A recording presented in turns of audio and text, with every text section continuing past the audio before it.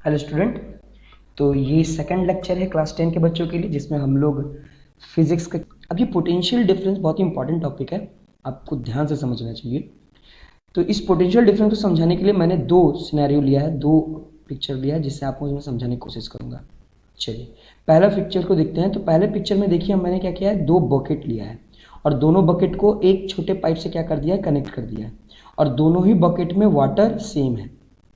Second में क्या है कि वही दो बकेट लिया है, लेकिन एक बकेट में वाटर ज़्यादा है और एक बकेट में पानी कम है। ठीक है, वाटर कम है, और दोनों को मैंने क्या कर दिया है, कनेक्ट कर दिया। अगर मैं आपसे पूछूं कि पहले वाले सिनेरियो में क्या वाटर ए बकेट से बी बकेट की तरफ या बी बकेट से एक बकेट की तरफ क्या वाटर फ्लो कर रहा होगा? बिल्कुल बिल्कुल आप सही बोलोगे कि इसमें वाटर फ्लो नहीं कर रहा होगा। क्यों नहीं कर रहा होगा? क्योंकि दोनों में वाटर इक्वल है। जब वाटर सेम होगा, यानी इन दोनों में कोई डिफरेंस नहीं है, तब तो कहीं भी वाटर ना ही ए से बी की तरफ मूव करेगा, ना ही बी से ए की तरफ मूव करेगा।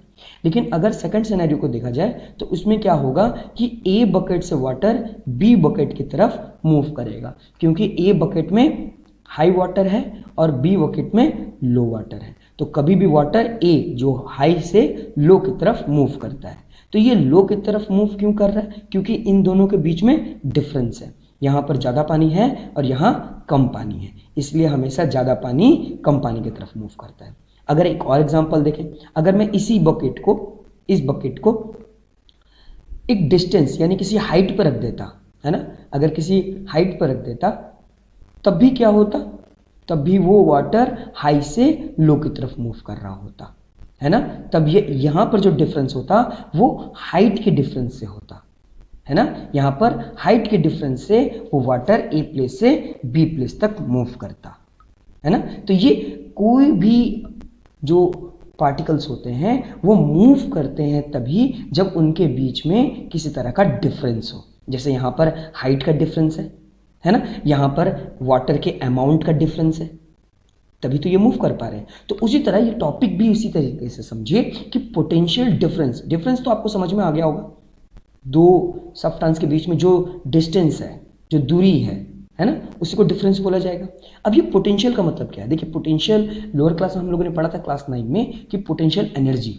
अब ये पोटेंशियल एनर्जी क्या होती है? पोटेंशियल एनर्जी ऐसी एनर्जी जो स्टोर्ड एनर्जी है ना। अगर आप किसी बॉल को लेकर खड़े हो तो वहाँ पर जो एनर्जी लग रहा है वो पोटेंशियल एनर्जी है, लेकिन अगर उस बॉल को आप मूव करवाते हो तो यही पोटेंशियल एनर्जी किस में कन्वर्ट हो जाता है? काइनेटिक एनर्जी में, है ना। तो यहाँ पर पोटेंशियल डिफरेंस का मतलब ये हुआ कि अगर मैं किसी कंडक्टर का एग्जाम्पल लेकर देखूँ तो कंडक्टर के अंदर इलेक्ट्रॉन्स होते हैं, है ना। इलेक्ट्रॉन्स मूव करते हैं, लेकिन इलेक्ट्रॉन्स मूव तभी करते हैं जब उन कंडक्टर के बीच में कोई डिफरेंस हो, है ना, कोई डिफरेंस हो। अब डिफरेंस कैसा हो? वही या तो फिर हाई अमाउंट या लो अमाउंट पे, या तो हाइयर से लोअर की तरफ किसी तरह का डिफरेंस होता है, तभी वो चार्ज ए प्लेस से बी प्लेस तक मूव करते हैं।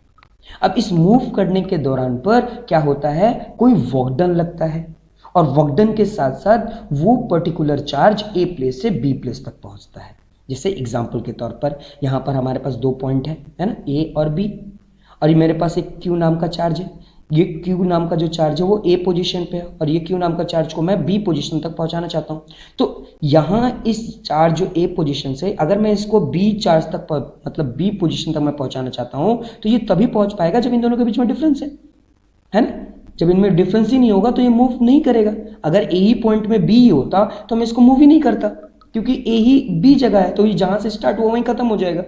लेकिन अगर ए और बी के बीच में दूरी है, डिफरेंस है, तभी तो मैं ए के पास जो चार्ज है क्यू, उसको मैं बी के पास पहुंचाऊंगा। अब ए चार्ज को बी चार्ज तक पहुंचाने में कोई वर्क डन लगेगा। वर्क डन मतलब फोर्स और डिस्प्लेसमेंट दोनों होगा। अब आपके मन में क्वेश्चन उठेगा कि इस चार्ज को ए प्लेस से बी प्लेस तक पहुंचाने में किस तरह का वर्क डन? अब वर्क डन कहने का मतलब ये है कि किसी कंडक्टर के अंदर बहुत सारे रेजिस्टेंस होते हैं।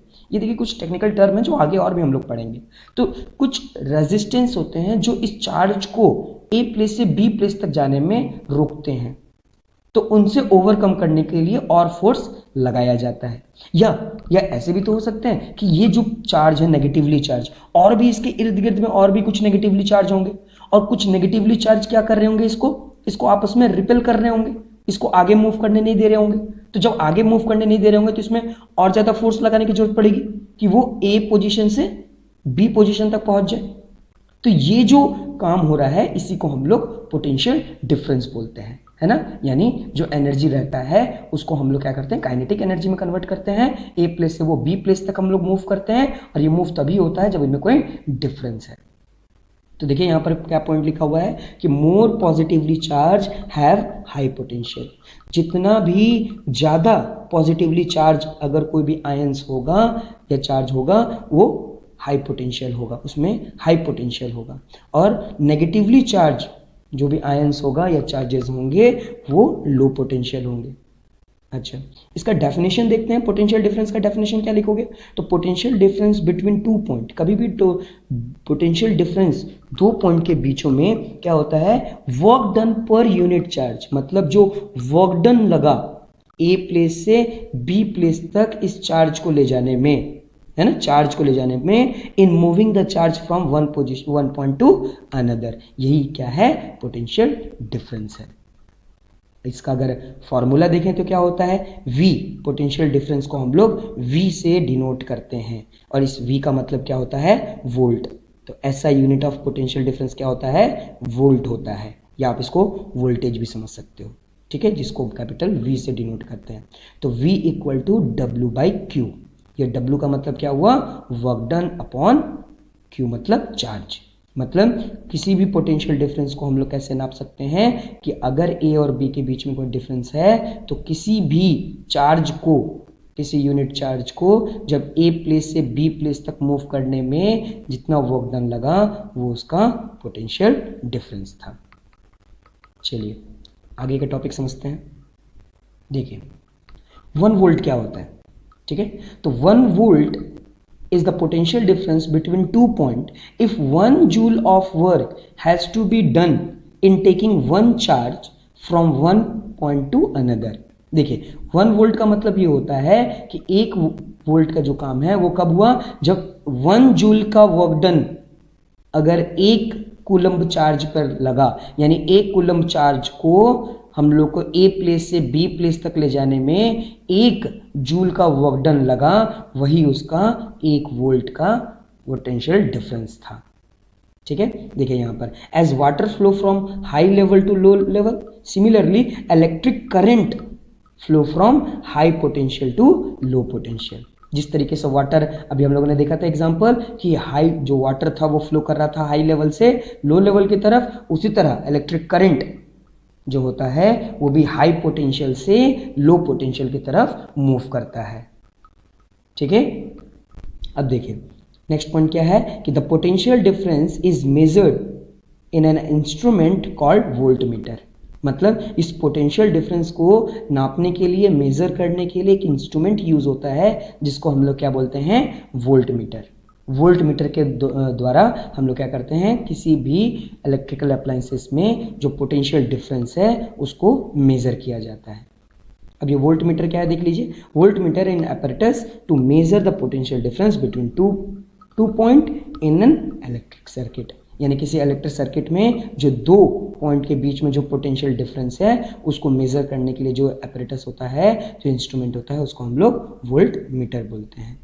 देखिए नेक्स्ट पॉइंट है कि it is always connected in parallel. ये बहुत ही इंपॉर्टेंट टॉपिक है कि वोल्ट मीटर को हमेशा जब भी हम लोग इलेक्ट्रिक सर्किट में अगर हम लोग कनेक्ट करते हैं तो पैरेलल ही करेंगे, है ना।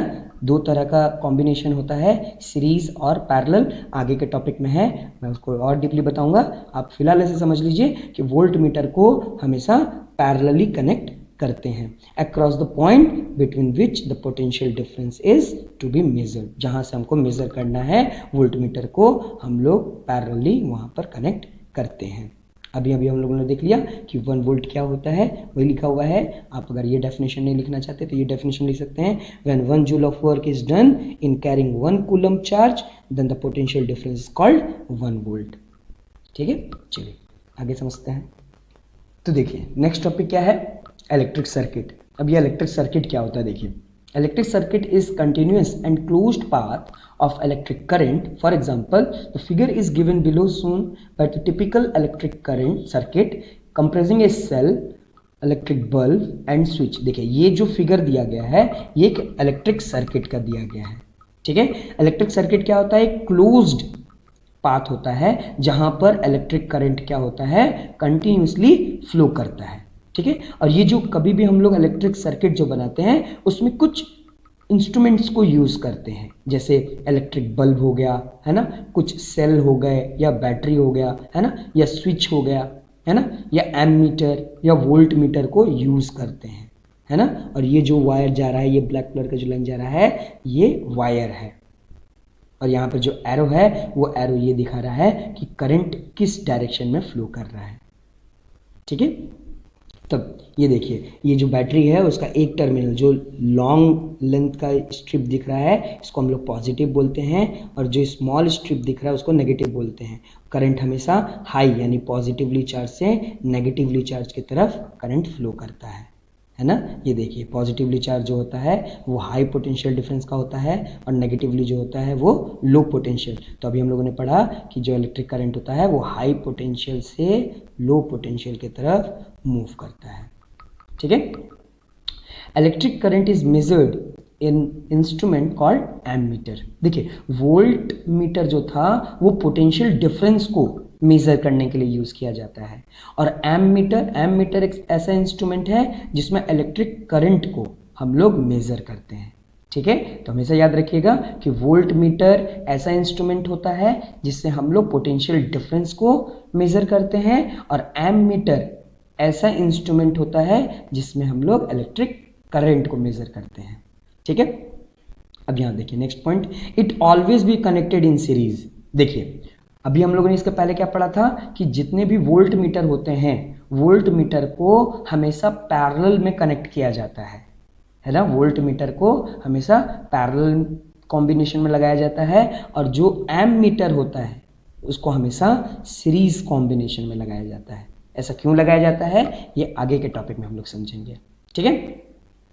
तो देखिए it always connected in series in a circuit through which the current to be measured electric circuit, ठीक है। और यहाँ पर ये जो दिखा रहा है हम लोगों को ये जो है ये इलेक्ट्रिक सर्किट है जो कि क्लोज्ड है, ठीक है। चलिए आगे समझते हैं। देखिए सर्किट डायग्राम मतलब यहाँ पे ये जो बना हुआ है ये सर्किट डायग्राम है, ठीक है। इसको डायग्राम यानी सिंबल के रूप में हम लोग डिनोट करते हैं। देखिए सर्किट डायग्राम क्या होता है कि a diagram which indicates how different components in the circuit have to be connected in using symbol for different electric component is called circuit diagram. मतलब सर्किट डायग्राम क्या होता है कि अलग अलग जितने भी इलेक्ट्रिक कंपोनेंट होते हैं उनको सिंबल के रूप में आपस में कनेक्ट करके दर्शाया जाता है कि कौन से अप्लायंसेस में किस तरीके से इलेक्ट्रिक कंपोनेंट अलग अलग सिंबल से अलग अलग तरीके से वो लोग क्या है आपस में कनेक्टेड हैं। तो जिस तरीके से रिप्रेजेंटेशन जो है वो एक इलेक्ट्रिक सर्किट का है, लेकिन ये क्या बनाया गया है, ये सर्किट डायग्राम बनाया गया है। इन सब का सिंबल देख लेते हैं। तो ये देखिए सबका अलग अलग सिंबल है। ये देखिए यहाँ पर कंपोनेंट के नेम है और यहाँ पर उनका सिंबल है। जैसे इलेक्ट्रिक सेल को इस तरीके से सिंबल से बनाते हैं। जो लंबा इस तरीके से लाइन दिखाई दे रहा है वो पॉजिटिव है, और जो छोटा लाइन है वो नेगेटिवली चार्ज वाला है, ठीक है। अगर हम लोग सेल यानी बहुत सारे सेल मिला दें, दो से अधिक सेल मिला दें तो वो बैटरी हो जाता है। तो ये देखिए एक सेल, दो सेल, तीन सेल, ये नेगेटिव ये पॉजिटिव, ये नेगेटिव ये पॉजिटिव, ये नेगेटिव ये पॉजिटिव। अगर दो या दो से अधिक सेल मिला दिए तो वो क्या बन गया, बैटरी बन गया। प्लग की या स्विच ये दोनों का मतलब सेम होता है ना। ओपन अगर रहेगा तो इस तरीके से यहाँ पे डॉट नहीं रहेगा, इसका मतलब ओपन है, मतलब सर्किट ओपन है यानी करंट फ्लो नहीं कर पा रहा है ना। और अगर क्लोज्ड बनाना है तो यहाँ पर एक डॉट लगा देते हैं। इस डॉट का मतलब क्या है कि करंट फ्लो कर रहा है यानी वो सर्किट क्लोज्ड है। वायर के जॉइंट्स को इस तरीके से डिनोट करते हैं। अलग अलग सबके दिए हुए हैं, जैसे बल्ब है, रेजिस्टेंस है, जिसको इस तरीके से डिनोट करते हैं। एमीटर में क्या करते हैं, ए और सर्कल बनाकर लाइन, ये पॉजिटिव और ये नेगेटिव दिखाते हैं। वोल्ट मीटर में वी लिखकर पॉजिटिव नेगेटिव दिखाते हैं। तो ये सिंबल है जहाँ पर हम लोग इलेक्ट्रिक सर्किट को बनाने में जो डायग्राम यूज़ करते हैं वो इस तरीके का यूज़ करते हैं। चलिए आगे समझते हैं। चलिए अब जो नेक्स्ट टॉपिक है वो है ओम्स लॉ, ठीक है। ओम्स लॉ क्या होता है? Ohm's law, the law was expressed by George Simon Ohm in 1826। ये जो लॉ था ये बहुत ही इंपॉर्टेंट लॉ था इलेक्ट्रिसिटी के लिए, और ये लॉ किन्होंने दिया था? जॉर्ज साइमन ओम ने, है ना। कब दिया था? 1826 में।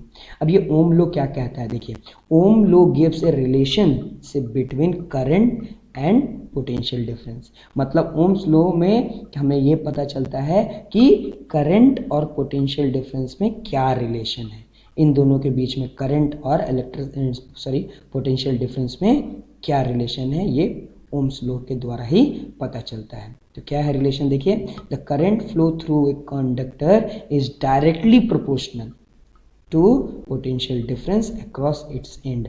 मतलब कि जो पोटेंशियल डिफरेंस होता है जिसको हम लोग V से डिनोट करते हैं, और जो करंट होता है जिसको I से डिनोट करते हैं, इनमें डायरेक्टली प्रोपोर्शनल है।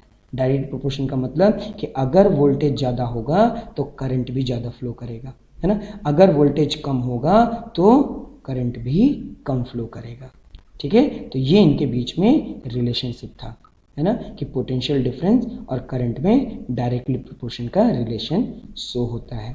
अब देखिए, इस डायरेक्टली प्रोपोर्शन को हटाने के लिए हम लोग जब हटाते हैं तो कांस्टेंट ऑफ प्रोपोर्शनैलिटी लेकर आते हैं। कांस्टेंट ऑफ प्रोपोर्शनैलिटी मतलब कि इस डायरेक्टली प्रोपोर्शन का साइन हटाने के, यहाँ पर इक्वलिटी का साइन लेकर आने के लिए हम लोग क्या करते हैं? कांस्टेंट ऑफ प्रोपोर्शनैलिटी लेकर आते हैं। कांस्टेंट ऑफ प्रोपोर्शनैलिटी लाने पे क्या हुआ? एक स्पेशल प्रॉपर्टी आया जिसको हम लोग R से डिनोट करते हैं। ये R क्या है? ये R का मतलब है रेजिस्टेंस। इस R का मतलब भी हम लोग को अच्छे से समझना होगा। तो देखिए, ये डायरेक्टली प्रोपोर्शन का साइन हटाने के लिए कांस्टेंट ऑफ प्रोपोर्शनैलिटी लेकर आए, इक्वलिटी लेकर आए, तो क्या हुआ? V इक्वल टू IR आ गया। ये R अलग से आ गया। इस R का मतलब है रेजिस्टेंस, और इसका अलग एक दुनिया है, इसका अलग मीनिंग है, इसका अलग रोल है इस पूरे इलेक्ट्रिक करंट में, जो कि हम लोग आगे अभी पढ़ेंगे। तो देखिए, फॉर्मूला क्या हो गया? V equal to IR। इस V का मतलब क्या हुआ? वोल्टेज मतलब potential difference, equal to I into R, मतलब I का मतलब current into multiply by resistance, है ना। आप इसको याद करने के लिए वीर भी समझ सकते हो, VIR, वीर, है ना, इस तरीके से समझ सकते हो। चलिए आगे बढ़ते हैं। तो ये देखिए, ये है मैजिक ट्रायंगल। मैजिक ट्रायंगल से हम लोग आराम से जो V और IR के बीच में क्या रिलेशन है वो देख सकते हैं। तो देखिए, मैजिक ट्रायंगल किस तरीके से बनेगा? ये देखिए, इस तरीके से एक ट्रायंगल बनाएं, है ना, और यहाँ पर एक लाइन खींचें और एक वर्टिकल लाइन खींच लें, ऊपर में V लिखें, यहाँ पर I और यहाँ R। अब बस इसी के मदद से आप पूरे फार्मूला को देख सकते हो। तो देखिए, अगर V निकालना है तो IR को क्या करना होगा? मल्टीप्लाई करना होगा, है ना। अगर हमें I निकालना है तो V और R को डिवाइड करना होगा। ये जो साइन है ना, देखिए ऐसा लाइन जा रहा है, इसका मतलब क्या होगा? ये किस में? A बाई B के फॉर्म में, यानी ये डिवाइड ही हो रहा है ना, ये ऊपर है ये नीचे है, यानी V अपॉन R। अगर आपको R निकालना है तो V और I को क्या करना होगा? डिवाइड करना होगा, है ना। तो इस मैजिक ट्रायंगल की मदद से आप फार्मूला आराम से याद रख सकते हो। अब क्योंकि हम लोग जानते थे कि जो पोटेंशियल डिफरेंस और करंट होता है वो डायरेक्टली प्रोपोर्शन होता है। इसका मतलब क्या है कि अगर पोटेंशियल डिफरेंस इंक्रीज होगा, यानी अगर वोल्टेज इंक्रीज होगा तो करंट भी इंक्रीज होगा। अगर पोटेंशियल डिफरेंस अगर डिक्रीज होगा, ठीक है, तो इलेक्ट्रिक करंट भी क्या होगा? डिक्रीज होगा, है ना। उसी तरीके से इसी लाइन से एक और दो पॉइंट बना है, क्या है कि potential difference across end of conductor is double. अगर हम लोग पोटेंशियल डिफरेंस को, उनके कंडक्टर को अगर डबल कर दें तो करंट का फ्लो भी क्या हो जाएगा? डबल हो जाएगा, ठीक है। अगर हम लोग पोटेंशियल डिफरेंस को हाफ कर दें, आधा कर दें, तो करंट भी आधा हो जाएगा, क्योंकि पोटेंशियल डिफरेंस और करंट में डायरेक्ट रिलेशन है। पोटेंशियल डिफरेंस के साथ जो जैसा भी प्रॉपर्टी दिखाया जाएगा वैसा ही करंट के साथ भी होगा, है ना। चलिए आगे बढ़ते हैं। देखिए, अब हम लोग टॉपिक समझेंगे रेजिस्टेंस, ठीक है। अब ये रेजिस्टेंस का मतलब क्या होता है? देखिए, रेजिस्टेंस टॉपिक समझने से पहले कुछ मैं एग्जांपल से आपको समझाता हूँ कि ये रेजिस्टेंस का मतलब क्या हुआ।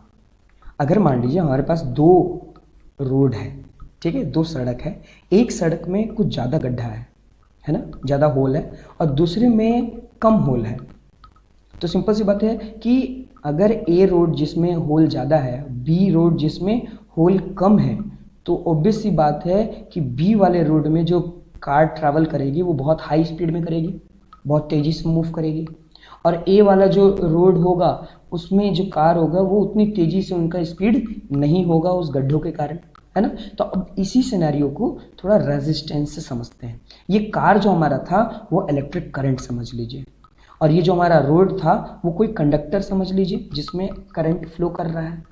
ठीक है, कार हमारा क्या है, करंट है, और हमारा जो रोड है वो क्या है, कंडक्टर है। ठीक है, कोई कंडक्टर जिसमें इलेक्ट्रिसिटी ट्रेवल कर रहा है। ठीक है, और ये जो होल है ना, यही है रेजिस्टेंस। मतलब कि जितना ज़्यादा किसी रोड में गड्ढा होगा कार बहुत धीमे चलेगी, उसी तरह किसी कंडक्टर में जितना ज़्यादा रेजिस्टेंस होगा उतना ही कम इलेक्ट्रिक चार्ज फ्लो करेगा। इसका मतलब ये हुआ कि जो रेजिस्टेंस होता है वो ऐसी प्रॉपर्टी है जिसमें जो क्या करता है कि कंडक्टर के अंदर जो फ्लो ऑफ चार्ज है उसको रेसिस्ट करता है, उसको अवरोध करता है, उसको रोकता है, उसको आगे ज़्यादा जाने नहीं देता। अगर किसी कंडक्टर में रेजिस्टेंस कम है तो फ्लो ज़्यादा होगा, उसके अंदर जो इलेक्ट्रिक करंट होगा वो फ्लो ज़्यादा करेगा, क्योंकि गड्ढे कम है, क्योंकि रेजिस्टेंस कम है तो बहुत तेज़ी से फ्लो करेगा।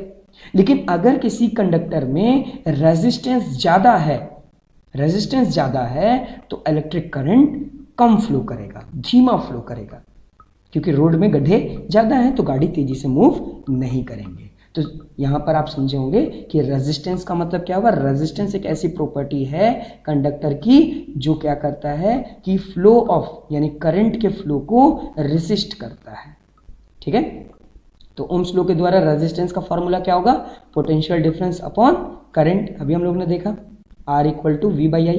ठीक है, इसका SI यूनिट क्या होता है, ओम, जिसको हम लोग ग्रीक लेटर इस तरीके से डिनोट करते हैं, जिसको हम लोग ओमेगा बोलते हैं। ये ग्रीक लेटर जो है इस तरीके से, इसको हम लोग ओमेगा बोलते हैं, है ना। हेडफोन के जैसा ये दिख रहा है, लेकिन इस तरीके से हम लोग फॉर्म करते हैं, इसको ओमेगा बोलते हैं। और ये SI यूनिट किसका है, रेजिस्टेंस का, ओम, है ना। चलिए इसकी कुछ प्रॉपर्टी देखते हैं क्या लिखा हुआ है। If the resistance is double, अगर कोई रेजिस्टेंस डबल कर दें तो करंट क्या हो जाएगा, हाफ हो जाएगा। ये इन्वर्सली प्रोपोर्शन है, करंट का इन्वर्सली प्रोपोर्शन है। अगर रेजिस्टेंस डबल हो जाए, है ना, तो करंट हाफ हो जाएगा, है ना। और अगर करंट डबल हो जाए तो रेजिस्टेंस हाफ होगा, यानी उल्टा, है ना, उसका वाइस वर्सा है। ये देखिए, and half the current get double. इसका मतलब कि रेजिस्टेंस अगर हाफ कर देंगे तो जो करंट है वो डबल हो जाएगा। ठीक है, अगर 1 ओम ऑफ रेजिस्टेंस का डेफिनेशन देखें तो क्या होगा, if the potential difference across the 2 point of a conductor 1 volt and the current through in 1 ampere then the resistance R of the conductor is 1 ohm. 1 ohm का मतलब क्या हुआ कि 1 वोल्ट का करंट अगर 1 एम्पियर की 1 वोल्ट का potential difference अगर 1 एम्पियर के करंट से मूव कर रहा है तो वो एक 1 ओम का पोटेंशियल डिफरेंस का क्या है, उसका रेजिस्टेंस है। ठीक है, ये उसका क्या है, रेजिस्टेंस है। यानी 1 ओम जो होता है वो 1 वोल्ट अपॉन 1 एम्पियर के बराबर होता है। चलिए आगे देखते हैं। अब ये देखिए क्या है, the current through a resistor is inversely proportion to the resistance. ठीक है, सिंपल सी बात अभी मैंने बताया था ना, जो करंट होता है वो रेजिस्टेंस के इनवर्सली प्रोपोर्शन होता है ना, कि अगर रेजिस्टेंस को डबल कर दें तो करंट हाफ हो जाएगा, और अगर रेजिस्टेंस को हाफ कर दें तो करंट डबल हो जाएगा। In many practical cases it is necessary to increase और decrease the current in an electric circuit. हम लोग जनरल जहाँ भी हम लोग इलेक्ट्रिक सर्किट को यूज़ करते हैं तो बहुत जगह पर करंट ज़्यादा जाने की ज़रूरत पड़ती है, और कहीं कहीं हम लोगों को करंट कम भी ट्रैवल करवाना पड़ता है। तो जहाँ पर करंट हम लोग को कम करवाना पड़ता है, करंट का फ्लो को रोकना पड़ता है, वहाँ पर हम लोग एक ऑब्स्टिकल मतलब हम लोग क्या लगा देते हैं, रेजिस्टेंस लगा देते हैं। रेजिस्टेंस तो प्रॉपर्टी है, और इसका जो डिवाइस होता है उसको हम लोग रेसिस्टर बोलते हैं, है ना। रेसिस्टर लगा देते हैं जिससे क्या होता है, करंट के फ्लो को क्या कर देते हैं, धीमा कर देते हैं, है ना। चलिए आगे बढ़ते हैं।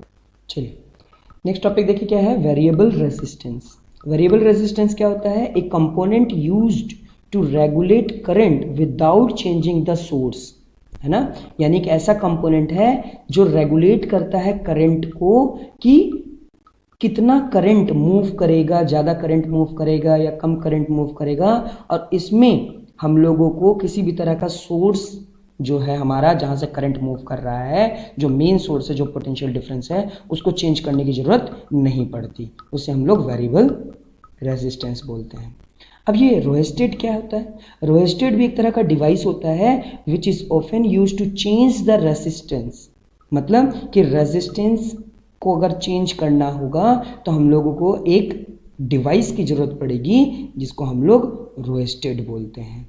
ठीक है, अब ये देखिए नेक्स्ट क्या है, रेसिस्टर। रेसिस्टर एक तरह का डिवाइस है जो कि कंडक्टर में लगाया जाता है और वो क्या करता है, रेजिस्टेंस का काम करता है। रेसिस्टर एक डिवाइस है और इसके अंदर की जो प्रॉपर्टी होती है उसको हम लोग रेजिस्टेंस बोलते हैं, यानी ये करंट के फ्लो को रोकता है ना।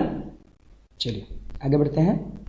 चलिए समझते हैं factor affecting of resistance of a conductor. मतलब ऐसे कौन कौन से फैक्टर हैं जो अफेक्ट करते हैं किसी रेजिस्टेंस में किसी कंडक्टर का। ठीक है, तो जो सबसे पहला है वो है लॉन्ग, यानी लेंथ ऑफ कंडक्टर, है ना। जो लेंथ ऑफ कंडक्टर होता है वो डायरेक्टली प्रोपोर्शन होता है किससे, रेजिस्टेंस से, है ना। जितना ज़्यादा लेंथ का कंडक्टर होगा, जितने ज़्यादा लेंथ का कंडक्टर होगा उतना ज़्यादा उसमें रेजिस्टेंस होगा। ठीक है, ये देखिए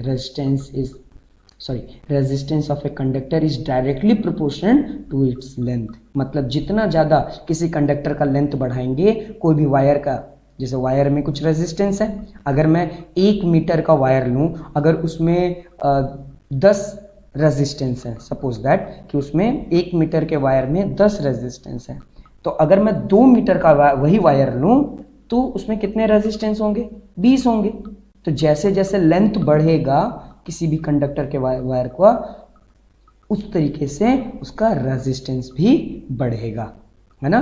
तो जो लेंथ होता है किसी कंडक्टर का, वो उसका पहला फैक्टर क्या है कि रेजिस्टेंस भी बढ़ेगा।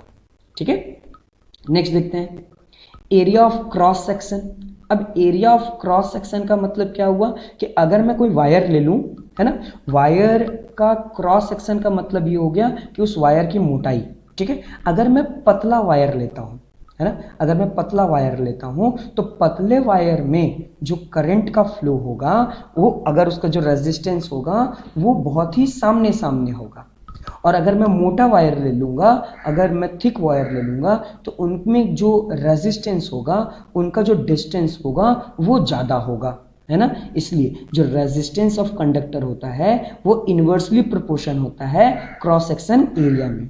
जितना ज़्यादा थिक वायर होगा, यानी जितना ज़्यादा एरिया वाला वायर होगा, जितना मोटा वायर होगा, उसमें उतना ही कम रेजिस्टेंस होगा। और जितना पतला वायर होगा, जिसमें क्रॉस सेक्शन एरिया मतलब किनारे का जो एरिया होता है, जितना वो कम होगा उतना ज़्यादा उसमें रेजिस्टेंस होगा। देखिए यहाँ पर लिखा है कि resistance of a conductor is inversely proportional. Inversely मतलब कि रेजिस्टेंस बढ़ेगा कब, जब एरिया कम होगा, और अगर एरिया ज़्यादा होगा तो रेजिस्टेंस कम होगा।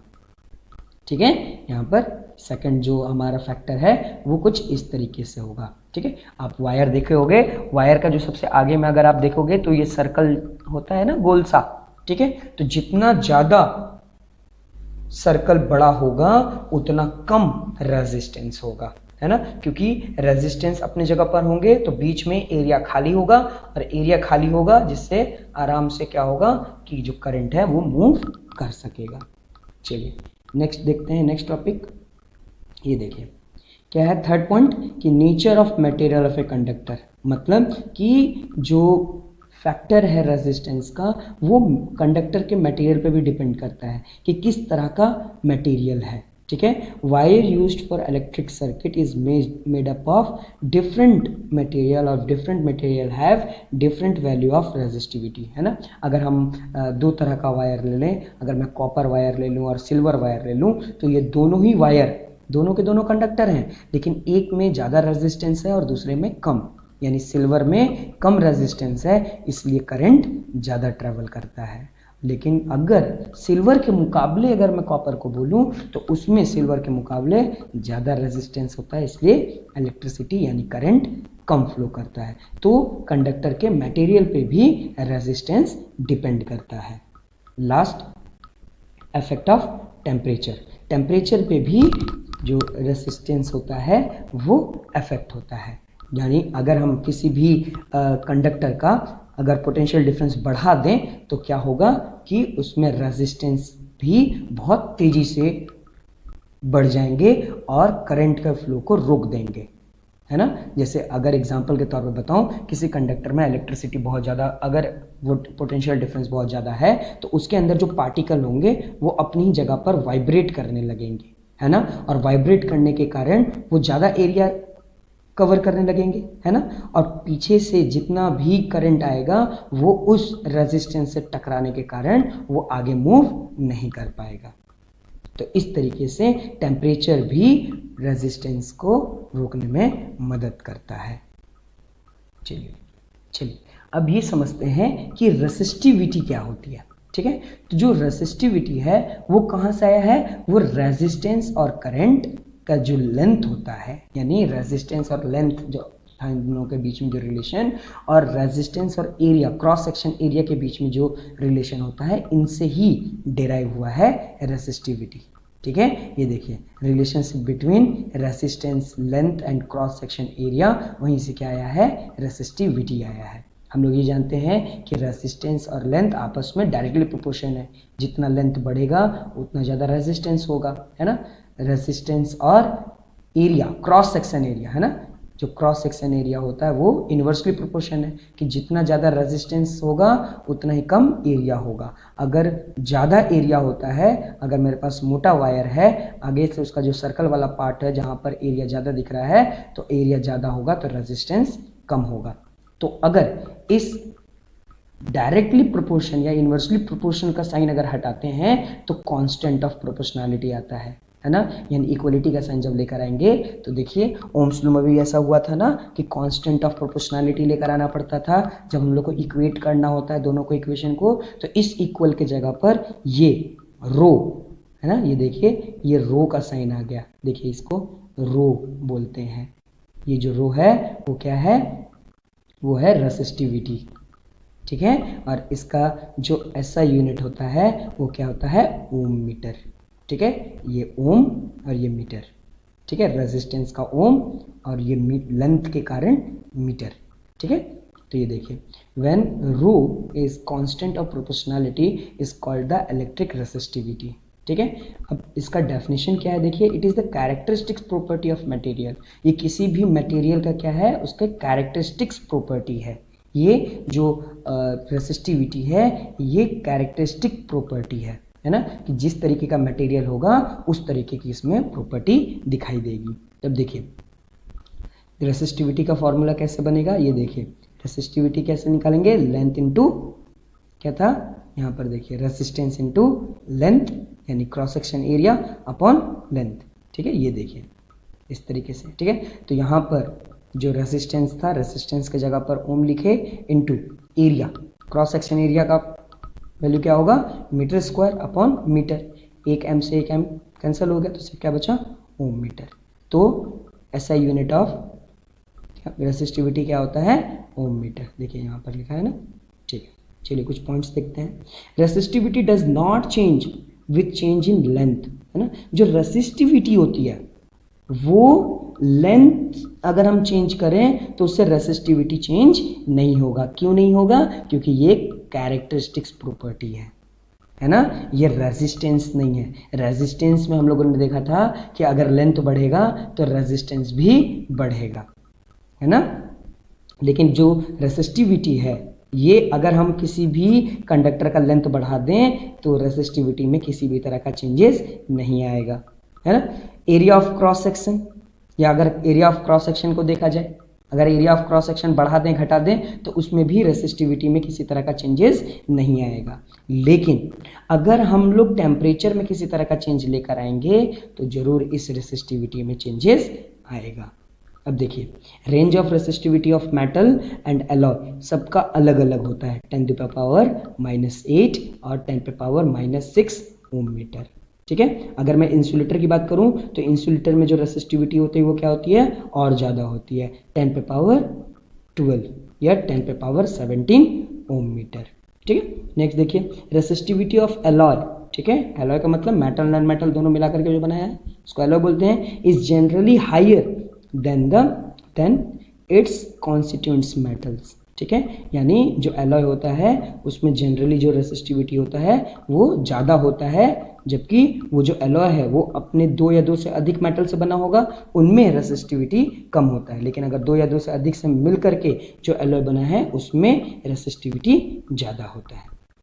नेक्स्ट पॉइंट देखते हैं, ये देखिए, एलॉय डू नॉट ऑक्सीडाइज, यानी वो जल्दी बर्न नहीं होते, इसलिए उनका हाई टेम्परेचर होता है और commonly used in electrical heating devices, मतलब वैसे जगह पर यूज़ होते हैं जहाँ पर लगातार हीटिंग डिवाइस यानी हीटर, गीज़र, ये सब जगह पर इस तरह के एलॉय को यूज़ किया जाता है कि जल्दी से ये ऑक्सीडाइज ना हो जाए, बर्न ना हो जाए, है ना, क्योंकि इनमें रेसिस्टिविटी क्या होता है, ज़्यादा होता है। Copper and aluminium are used for electrical transmission lines as they have low resistivity। लेकिन जो इलेक्ट्रिकल ट्रांसमिशन की जगह पर क्या किया जाता है कि कम रेसिस्टिविटी वाले वायर को यूज़ किया जाता है, चाहे वो कॉपर हो या एल्युमिनियम, इनमें रेसिस्टिविटी कम होता है और रेसिस्टिविटी कम होता है इसलिए करंट बहुत तेजी से ए प्लेस से बी प्लेस तक मूव कर जाता है। आई थिंक आपको रेसिस्टिविटी भी समझ में आया। अगर किसी भी तरह का डाउट है तो आप कमेंट बॉक्स में ज़रूर पूछें, मैं जल्द से जल्द आपके कमेंट का जवाब देने की कोशिश करूँगा। मिलते हैं थर्ड लेक्चर में। ओके।